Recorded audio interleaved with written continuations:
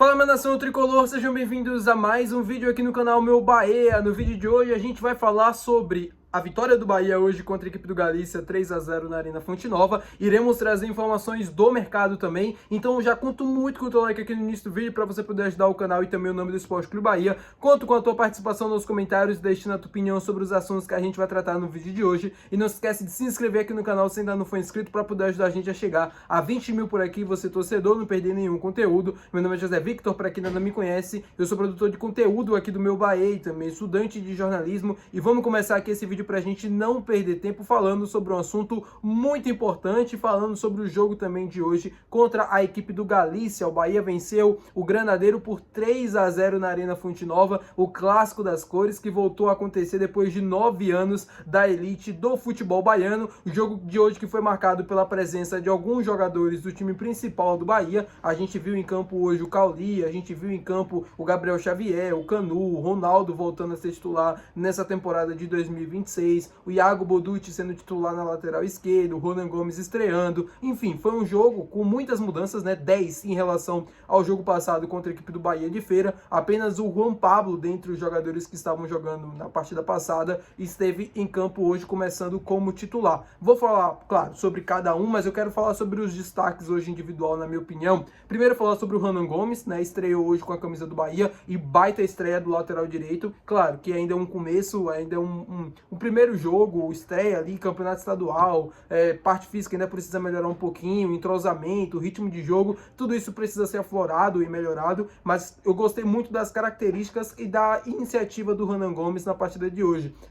Foi bem, né, na hora de cabecear pro gol ali, uma chance que o Bahia teve no segundo tempo, sempre bem ali na ultrapassagem, um jogador ousado, um jogador que ia para cima, um jogador que chegava ali próximo. Enfim, gostei bastante da participação dele no jogo de hoje, fico feliz, né, pelo jogo em si, espero que ele consiga continuar evoluindo para ele conseguir sempre atingir um nível cada vez mais alto. Gostei também da partida do volante Eric na noite de hoje, Eric que marcou um gol e deu 2 assistências na partida, uma estreia, vamos dizer assim, né, na temporada de vez, né, porque ele já jogou contra o Bahia de Feira, entrou, fez aquele golaço, mas eu acho que no jogo de hoje ele conseguiu fazer uma baita partida, né, dentro de casa, ditou muito bem o ritmo, fez o gol, participou dos outros 2 gols do Bahia, tanto que o gol do Cauê Furquinho, o terceiro gol, foi justamente de uma jogada individual do Eric pela lateral do campo, que nem é a dele, mas ele praticamente foi um ponta ali e depois tocou para o Cauê Furquinho fazer o terceiro gol e fechar o caixa. Enfim, uma baita partida do volante Eric, gostei bastante, ele que escolheu ficar no Bahia para essa temporada. Importante de se dizer isso aqui, ele teve proposta, ele teve o interesse do Atlético Paranaense para poder voltar, mas o Bahia não quis negociar ele e também o próprio Eric quis ficar no Bahia para dar seguimento nessa temporada. Infelizmente, no ano que ele chegou, né, no ano passado, ele teve uma lesão, tirou ele de uma boa parte ali da temporada, no momento que ele estava bem, mas agora ele está recuperado, está voltando, está jogando bem também, então fico feliz que ele consiga estar dando esse ritmo e essa minutagem mais vezes. Falar agora também, meu povo, sobre o Cauê Furquinho, que marcou seu primeiro gol como profissional. Na partida passada foi o Del marcando pela primeira vez, na partida de estreia o Juan Pablo voltando a marcar, agora que marcou foi o Cauê Furquinho. Gostei muito, né, do Cauê Furquinho no jogo de hoje, da participação dele, é mais uma joia que o Bahia tem, 16 anos de idade, é uma prova de que esses caras vão estar inseridos cada vez mais no time principal, porque eles merecem, porque eles têm qualidade e principalmente porque eles estão dando retorno.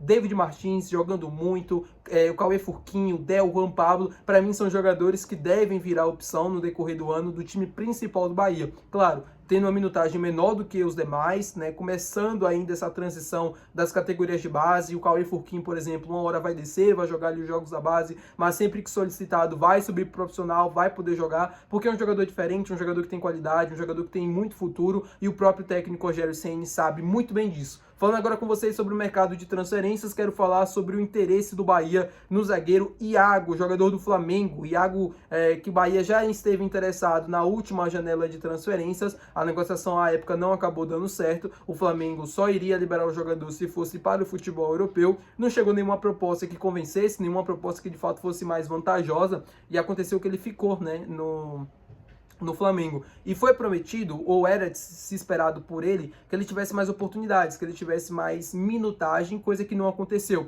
Isso acabou frustrando o jogador e também o staff. E o Flamengo sabe disso, aguarda por propostas pro Iago, que é uma das joias da base do Flamengo, né? Um zagueiraço, na minha opinião, sub-20.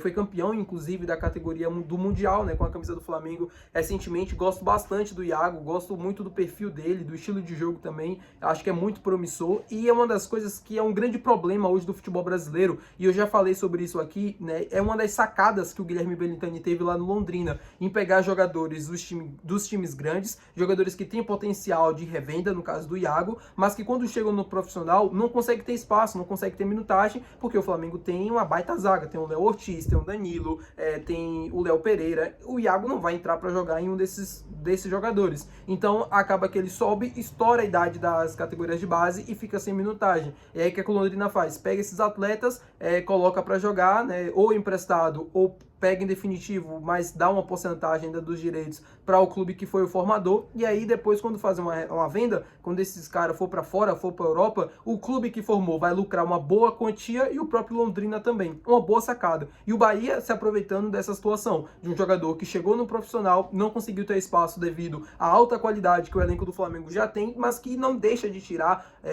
a qualidade que tem o menino, né? Ele é um bom jogador, ele tem muito potencial, ele tem umas características interessantes, né? Um jogo aéreo muito bom, cara que como que eu posso dizer, que ele ganha muitos duelos físicos, né? Tanto aéreos e tal, então é um baita zagueiro, na minha opinião, para a idade que ele tem, e para mim, se o Bahia conseguir fechar esse negócio, seria muito bem-vindo. Bahia que já buscou o Iago na casa ali dos 12 milhões de reais, né? 2 milhões de euros à época, o Flamengo acabou recusando. Não sei se agora o Flamengo vai exigir um valor maior, mas não duvido que isso aconteça. Falando com vocês agora, meu povo, sobre um assunto importante, sobre Alejo Vélez, né? Jogador argentino de 22 anos de idade que o Bahia segue buscando e tentando a contratação.